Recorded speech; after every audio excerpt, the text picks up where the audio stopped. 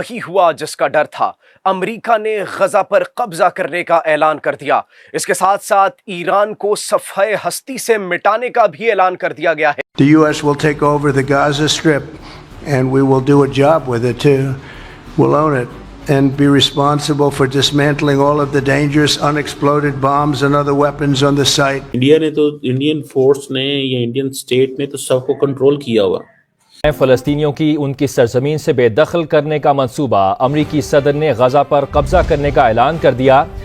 Where President Trump spoke of his plans for the US to take over Gaza, what would be the most significant change in US policy towards the Middle East in decades. अब मुस्लिम world क्या कर सकती है?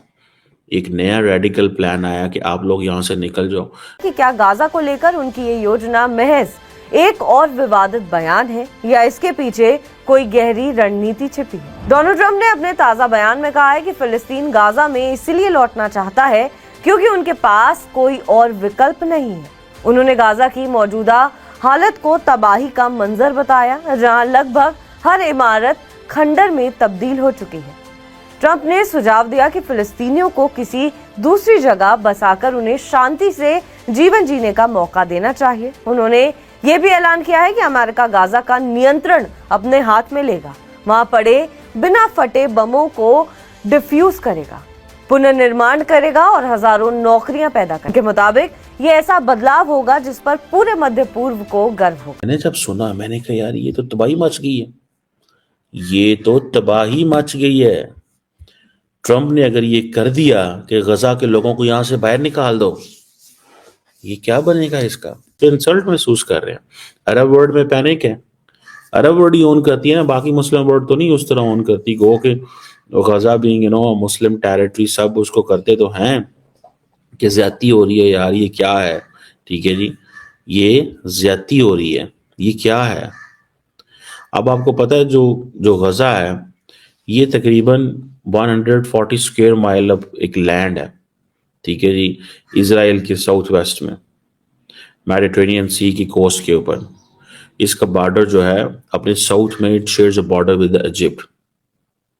ठीक है जी, then ये दो ही ऐसे इलाके हैं, गजा एंड वेस्ट बैंक। ये दोनों जो हैं ये पैलेस्टीनियन टेरिटरीज हैं। ठीक है जी, लेकिन अब इन दोनों के अंदर बीच में गैप ही इतना, ये दोनों मिल ही नहीं सकती। ठीक है, उन्होंने क्या किया, उन्होंने वेस्ट बैंक के अंदर सारी सेटलमेंट्स कर ली हुई है, गजा को छोड़ दिया हुआ। So in West Bank they are living together, in Gaza there are only Palestinians, जिनको रोज वो मारते हैं जब उनका जो दिल करता है, वहां पे हमास है एंड ऑल दिस। लेकिन ठीक है जी, ये सारे का सारा जो इलाका है ये अरबों ने लड़ लुड़ के देख लिया, किसी के हक में कोई नहीं। मैंने इस बारे में क्या कहना है, चूंकि अल्लाह बख्शे करबट उनको जन्नत नसीब करे। मुनीर नियाजी साहब ने तो बहुत पहले कह दिया था, एक शेर में पूरा पाकिस्तान और उसका हर बहरान उन्होंने समेट भी दिया, लपेट भी दिया। एक और दरिया का सामना था मुनीर मुझको। सुभान अल्लाह, अल्लाह पाक ही अता करता है, खूबसूरत दिलों पे उतरती है ऐसी शायरी।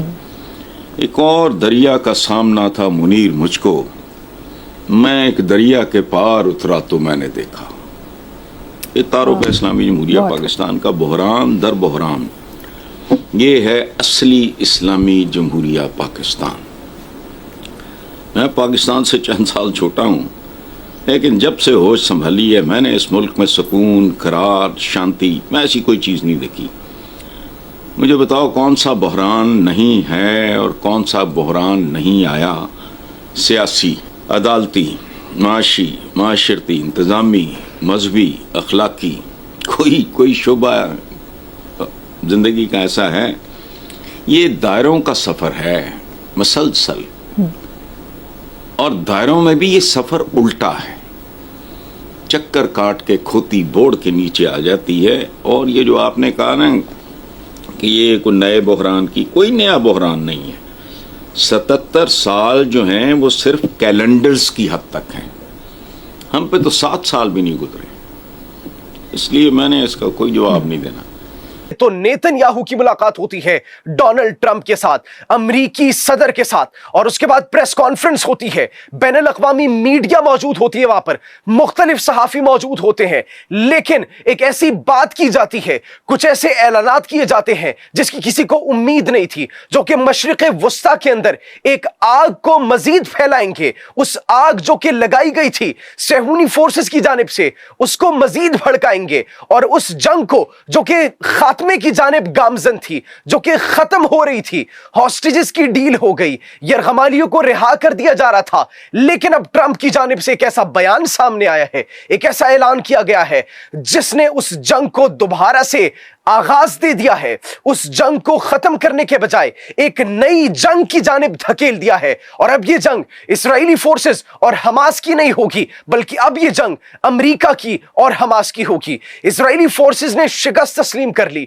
वहां से उनका इनखिला हो गया, लेकिन नेतन्याहू जाते हैं ट्रंप से मुलाकात करने, और ट्रंप से मुलाकात करने के बाद वो ये कहते हैं कि हमारी प्लानिंग है, हमारी ये कोशिश है, हमारी ये सोच है कि गजा के ऊपर मुस्तकिल टेक ओवर किया जाए, गजा के ऊपर हम कब्जा कर ले, और फिर खित्ते के अंदर जो गजा है उस गजा के ऊपर हम अपने अहकामात चलाएं, हमारा मुकम्मल कंट्रोल हो गजा की सरजमीन पर, वहां पर हम अपॉर्चुनिटीज प्रोवाइड करें लोगों को, वहां से फलस्तीनियों को हम निकाल बाहर फेंके, वहां पर डेवलपमेंट करें, वहां पर उनकी इकोनॉमी को मजबूत करें, और इसके साथ साथ पूरी दुनिया से लोग वहां पर बसने के लिए आए। लेकिन जो फलस्तीनी है नाजरीन, फलस्तीनियों को वहां से निकालने की बात की जाती है, उन फलस्तीनियों से को निकालने की बात की जाती है जिनकी वो अपनी सरजमीन है, जिन्होंने अपना घर बार, अपनी फैमिलीज, अपने बच्चे सब कुछ कुर्बान कर दिए उस सरजमीन के लिए, उनको निकालने की बात की जाती है ट्रंप की जानिब से। बैनुल अक़वामी मीडिया वहां पर मौजूद थी,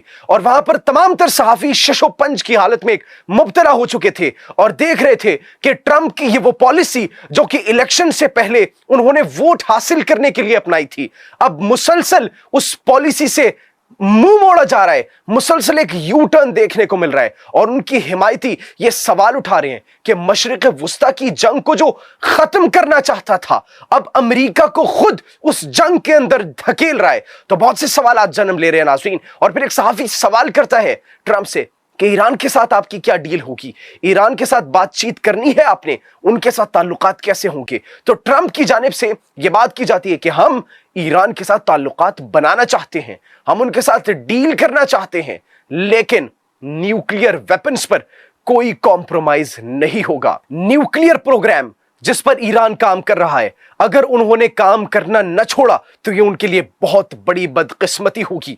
इसके साथ नेतन्याहू भी मौजूद थे। नेतन्याहू कहते हैं कि ट्रंप ने ये जो बातचीत की है, ये एक बहुत बड़ा और बहुत मौसर तौर पर और एक कामयाब प्लानिंग है जो कि खित्ते का नक्शा यकसर तब्दील कर सकती है। अमेरिका राष्ट्रपति के रूप में शपथ लेने के बाद डोनाल्ड ट्रंप कई बड़े फैसले लिए। अवैध प्रवासियों को अमेरिका से बाहर निकालना हो या दूसरे देशों पर टैरिफ लगाना हो, कई बड़े फैसले लिए।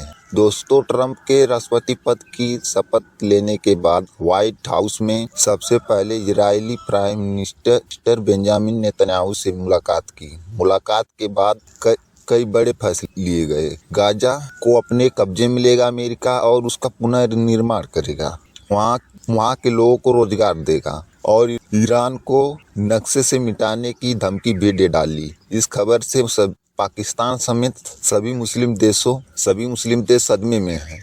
पाकिस्तान की रात की नींदें उड़ी हुई हैं दोस्तों।